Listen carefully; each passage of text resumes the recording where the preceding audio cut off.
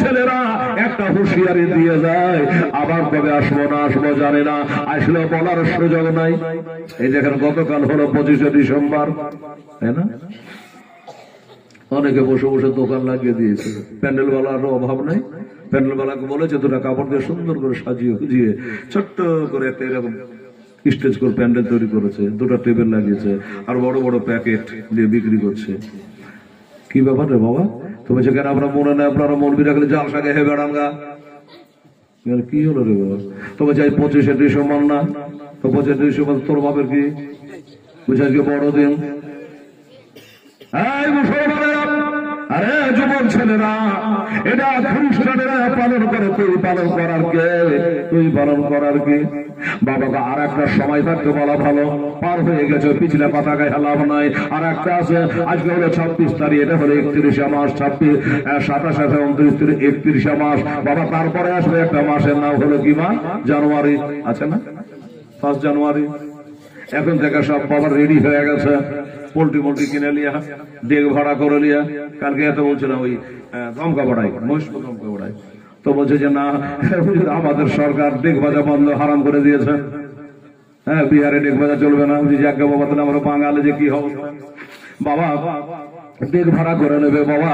একটা ওই ভ্যানের উপরে 4টা 5টা করে বড় বড় লম্বা লম্বা ডেক তুলে নিয়ে, হ্যাঁ বাবারা এগুলা তুলে নিয়ে তারা বাবা শীত ঠান্ডা কিছু মানবে না, চলে যাবে লালবাগ, হাজারদুয়ারি, কেউ যাবে অন্য কোনো পার্কের মধ্যে গিয়ে মজা করবে, আনন্দ করবে। কিসের আনন্দ? কিসের এত ঢোল বাজানো, কিসের এত ডেক বাজানো? বুঝে জানেন না এটা নতুন বছর, 25 সাল পড়ে গেল।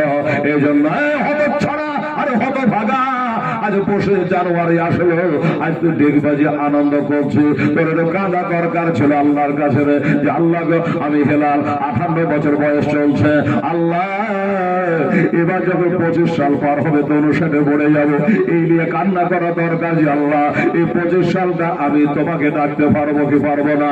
আল্লাহ 24 সালে যত গুনাহ করেছে আল্লাহ তাআলা তুমি আমাদের ক্ষমা করে দিও।